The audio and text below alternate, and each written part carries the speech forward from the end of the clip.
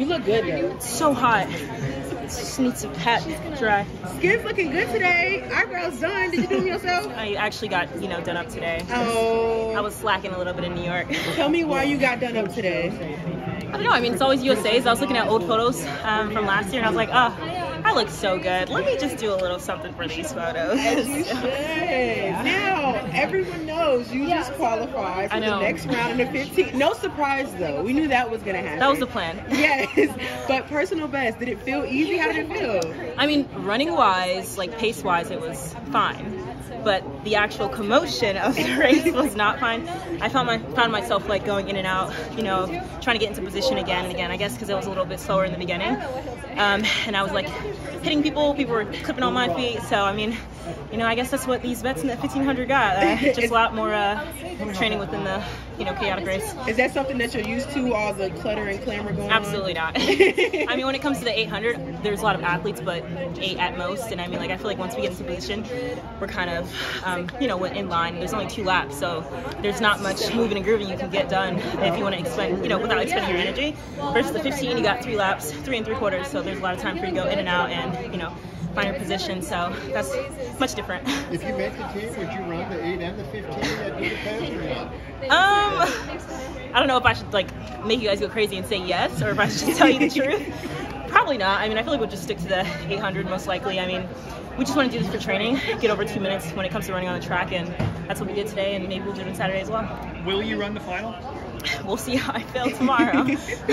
So obviously Bobby's a sprint legend. What's he like as a 15 coach? I mean, I feel like for me, being a kind of versatile athlete where I've gone from the 4 to the 15, in high school, even college as well, occasionally, I think he's kind of just taking what he knows about the 800 or what he knows about just any race. He's, just because he doesn't coach these athletes doesn't mean he's not super into the sport in terms of just like watching 5Ks, watching 10Ks. 10Ks are his favorite races to watch. So, I mean, I think he gets a little bit of knowledge from those races and just, reading books and things like that. So, I mean, training hasn't changed too much. We've just been getting a little bit more volume in, I guess. But other than that, I mean, we've just been working on the same things.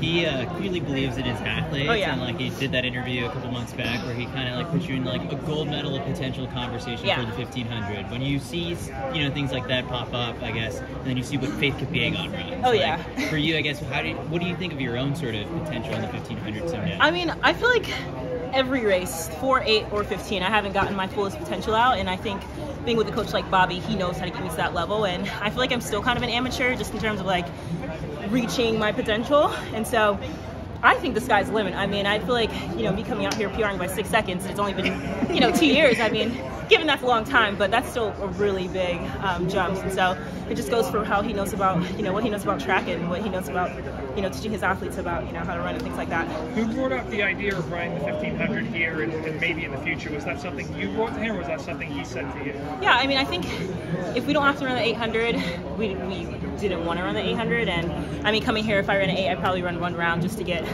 again, my legs moving a little bit. But since I did run it in New York, it wasn't that big of a deal to come out here and do it. So, I mean, we were supposed to run the 15 in LA. And so just coming out here and doing it now while there is some really good competition, I mean, I think it's better mentally. It's good to feel the environment, and also obviously for working out as well. You mentioned the focus being the 8 for this summer's Worlds, obviously. Yeah.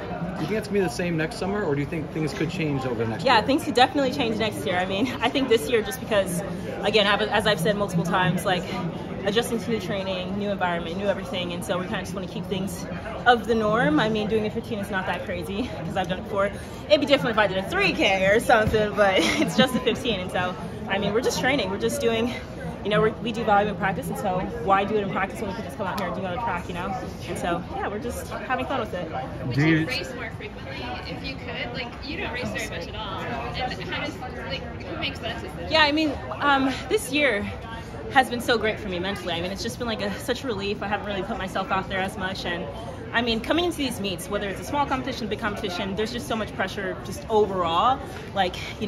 You're overthinking your race, leading days before you're even out there. And so, I mean, just the overall pressure that you feel when it comes to competing is a lot. And so I think, the past 3 years have been a lot for me. And so we just wanted to kind of take a step back and just, be my 21-year-old self. Just enjoy life for a little bit. We got two years 3 years basically, because Worlds hasn't even happened yet.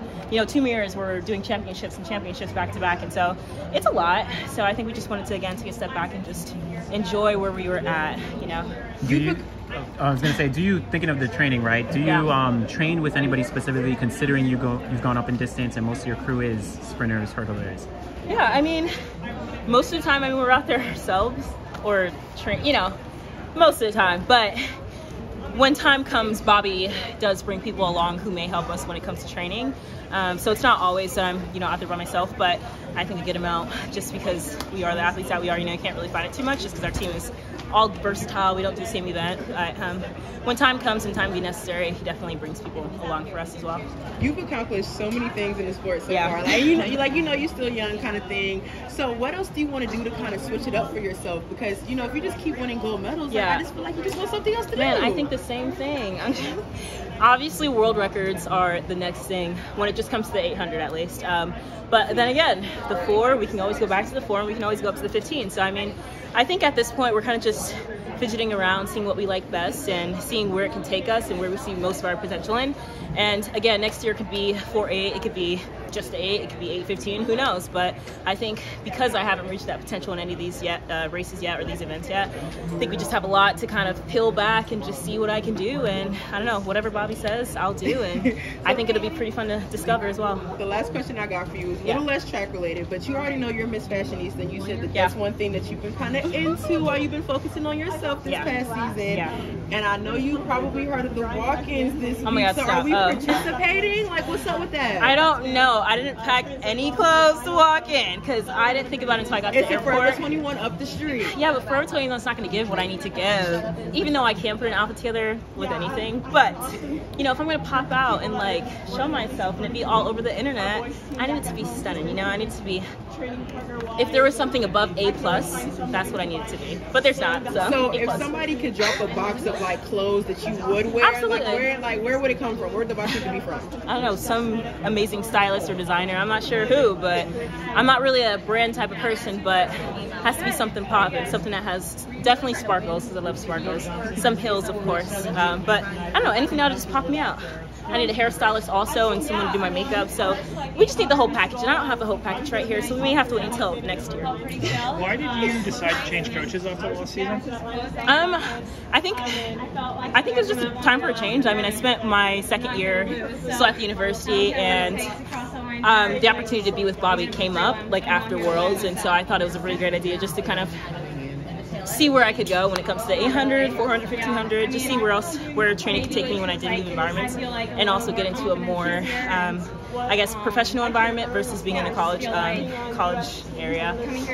And like, does it have anything to do with your off-the-track interests, like being based in LA as opposed to being in College Station? Yeah, at first, I mean, I guess I did think about it, but I think most of all, the first priority was track and field. But yeah, I mean, thinking about LA and how it's just like the spot where everyone is, you know, you kind of can do everything without going too far. I think that was definitely something I took in consideration also, just because I knew off the track I wanted to do a lot more. And you noted, you know, who knows what will happen in terms of events that you'll go through the years, but do you always want to still be in consideration for the 4x4? Like, do you want to essentially get on that relay again? I think the 4x4 is awesome. I would love to still be in contention with it. I definitely haven't stopped thinking about it. Tokyo was a super great time for me, and I just enjoyed running 4x4s in college as well. And so if I get chosen, I would love to be on it. If not, I'll stick to my events, and I mean, I will get just as much running out of it as I do in my as I do if I ran the 4x4 as well. And so, I mean, yeah, if I get chosen, USA, we have a stacked field for the 4x4, so I mean, it's kind of hard to know who's going to be on it, but of course, if I got a chance, I would definitely love it. From the outside, Bobby's decision